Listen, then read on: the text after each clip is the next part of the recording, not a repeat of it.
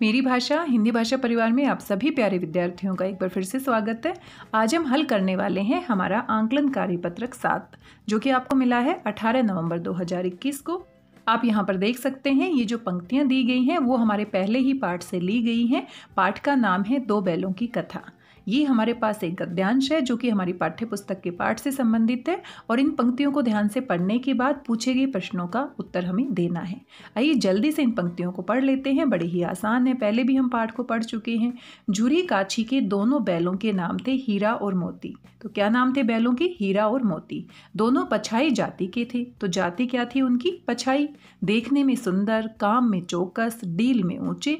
काम में चौकस यानी कि बहुत अच्छे से काम करने वाले थे। डील में ऊंचे यानी कि उनकी जो ऊंचाई थी, कद से वो बहुत ऊंचे थे। बहुत साथ साथ रहते रहते दोनों में भाईचारा हो गया था, दोनों में गहरी दोस्ती हो गई थी। दोनों आमने सामने या साथ साथ बैठते हुए एक दूसरे से मूक भाषा में विचार विनिमय करते थे। तो एक दूसरे के साथ वो हमारी तरह बोल तो नहीं सकते थे, लेकिन मूक भाषा में अपने विचारों का आदान प्रदान करते थे। विचार विनिमय का क्या अर्थ होता है? आदान प्रदान करना, विचारों को आदान प्रदान करना यानी कि एक दूसरे के साथ बांटना।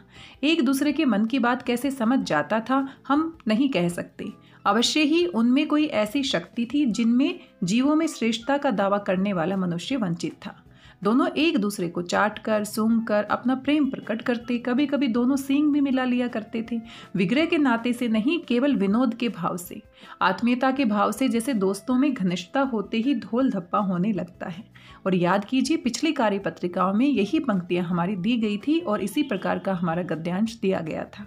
आइए देखते हैं यहाँ पर कौन कौन से प्रश्न पूछे गए हैं। हीरा और मोती दोनों किस जाति के थे? बड़ा ही आसान सा प्रश्न है। पछाई जाति के थे, तो पहला ही विकल्प यहाँ पर क्या हो जाता है? सही हो जाता है। हीरा और मोती के मालिक का क्या नाम था? तो आप अच्छे से जानते हैं, झुरी और काछी उनके मालिक थे। तो झुरी और काछी के बैल थे हीरा और मोती। सी विकल्प सही हो जाता है। हीरा और मोती किस भाषा में विचार विनिमय किया करते थे? मूक भाषा में, क्योंकि वो हमारी तरह बोल नहीं सकते थे, तो अपनी मूक भाषा में एक दूसरे के साथ विचार विनिमय यानी कि विचारों का आदान प्रदान करते थे। विनोद और आत्मीयता के भाव को हीरा मोती किस तरह व्यक्त करते थे?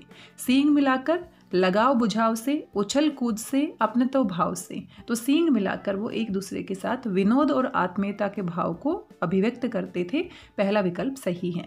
सुंदर शब्द का विलोम शब्द होगा, तो आप अच्छे से जानते हैं सुंदर का विलोम शब्द क्या हो जाएगा? कुरूप हो जाएगा, क्योंकि सुंदर का विपरीत अर्थ वाला क्या है शब्द यहाँ पर? कुरूप। सी विकल्प सही है। विनोद शब्द में उपसर्ग और मूल शब्द अलग अलग होंगे। तो विनोद शब्द में उपसर्ग हमारा क्या हो जाएगा? वी हो जाएगा, और नोद हमारा क्या हो जाएगा? मूल शब्द। विनोद शब्द में उपसर्ग और मूल शब्द अलग अलग होंगे। विनोद हमारा शब्द है, यहाँ पर उपसर्ग और मूल शब्द की हमें पहचान करनी है। तो यहाँ पर वी हमारा क्या है? उपसर्ग है, और नोद हमारा क्या है? मूल शब्द है। सी विकल्प सही हो जाएगा। घनिष्ठता शब्द में मूल शब्द और प्रत्यय होंगे। तो यहाँ पर प्रत्यय की पहचान करनी है जो कि शब्द के पीछे लगते हैं। तो घनिष्ठ यहाँ पर क्या है? मूल शब्द है। घनिष्ठ पीछे ठ आएगा, ट नहीं आएगा। कई बार बोलने में हम घनिष्ठ बोल देते हैं, लेकिन शुद्ध शब्द जो होता है वो क्या होता है? घनिष्ठ होता है। घ नी आधा श और ठ, ये हमारा मूल शब्द है और साथ में शुद्ध शब्द भी है, और पीछे ता प्रत्यय का प्रयोग किया गया है। तो यहाँ पर सी विकल्प सही हो जाता है। घनिष्ठ और ता हमारा क्या है? प्रत्यय। यहाँ सी विकल्प सही हो जाता है। घनिष्ठ हमारा मूल शब्द है और ता हमारा क्या है? प्रत्यय। प्रेम शब्द का समानार्थी शब्द होगा। तो प्रेम को हम और क्या कह सकते हैं? प्यार कह सकते हैं। पहला ही विकल्प सही है। बड़ा ही आसान सा प्रश्न था यहाँ पर।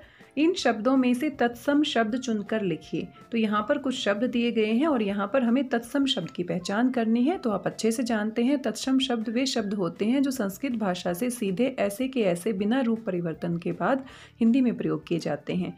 तो पलटन तो तत्सम नहीं है, आबाद भी तत्सम नहीं है, वंचित जो हमारा है वो हमारा तत्सम शब्द है। तो सी विकल्प क्या हो जाएगा? सही हो जाएगा। ताकत और बल शब्द किस शब्द का पर्यायवाची है? तो ताकत और बल किसके पर्यायवाची शब्द हैं? यहाँ पर आप देख सकते हैं शक्ति, शक्ति को ही हम ताकत कहते हैं, बल भी कहते हैं। तो ए विकल्प क्या हो जाता है? सही। ये कुल हमारे 10 प्रश्न दिए गए थे जो कि बड़े ही आसान थे। आसानी से आप इनको हल कर लेंगे। यहाँ पर आपने देखा उपसर्ग और प्रत्यय से, समानार्थी शब्दों से भी आपसे यहाँ से सवाल पूछे गए हैं, और साथ में जो हमारा गद्यांश है वहाँ से कुछ प्रश्न पूछे गए हैं। आज की इस वीडियो में बस इतना ही। आशा करती हूँ सभी प्रश्न आपको समझ में आए होंगे। मिलते हैं अगले वीडियो में किसी और नए आंकलन कार्यपत्रक के साथ।